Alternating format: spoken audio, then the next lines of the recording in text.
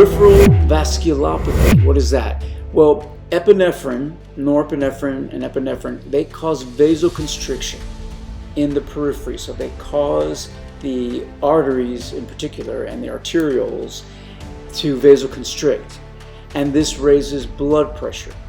It also leads to, in some instances, certainly not in all cases, but it could lead to Raynaud's phenomenon. Raynaud's phenomenon is a condition that involves the constriction of the smaller arteries, the arterioles, supplying blood to the skin, to constrict excessively in response to cold or stress. Stress can also bring it on. The vasoconstriction is excessive.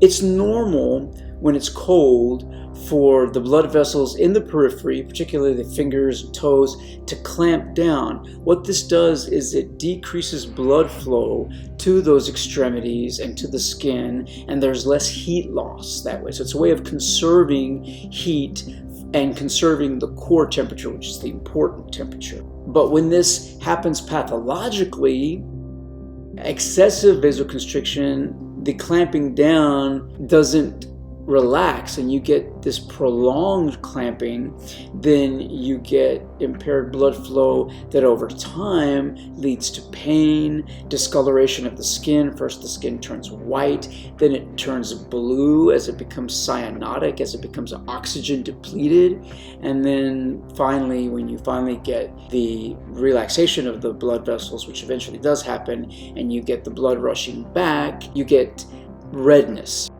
So you get the red, white, and blue, but not in that order. It's white, blue, and red. And you can get tingling and you can get pain. I've actually experienced Raynaud's. I'm vulnerable to it. And I've experienced where it's not even that cold, where I don't even have to have a scarf, or my jacket is open and I'm walking down the street and wearing gloves, mind you, and my fingers start to hurt. And when I look, I see that they're turning white. And when I get to wherever I'm going, I have to massage the blood back into them. And they're hurting and they're cramping and they're taking a long time to warm up. And then I'm trying to warm them under scalding water. My sister said that she was one time trying to warm her fingers over a flame. And it was a candle, I think. And her husband had to say, honey, your fingers are too cold, because you can't feel. Your fingers are numb and they're so cold that whatever heat feels good. I mean, it's a pathological mechanism. What causes it? Well, some people are more prone to it than others. It's definitely genetic in a lot of cases. Smokers are particularly prone to it.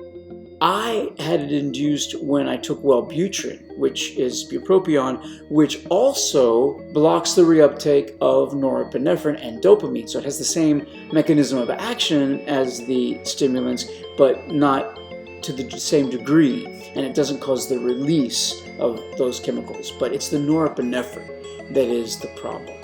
So if you increase norepinephrine and you're prone to it, you can get this Raynaud's phenomenon that occurs usually in the fingers and toes, also sometimes less commonly in the nose and the ears, again the extremities, and again it involves pain and color changes, and it can, in the extreme, rarely, it can actually cause sores, and gangrene would be the most extreme version of it, basically akin to frostbite. Getting back to Vyvanse,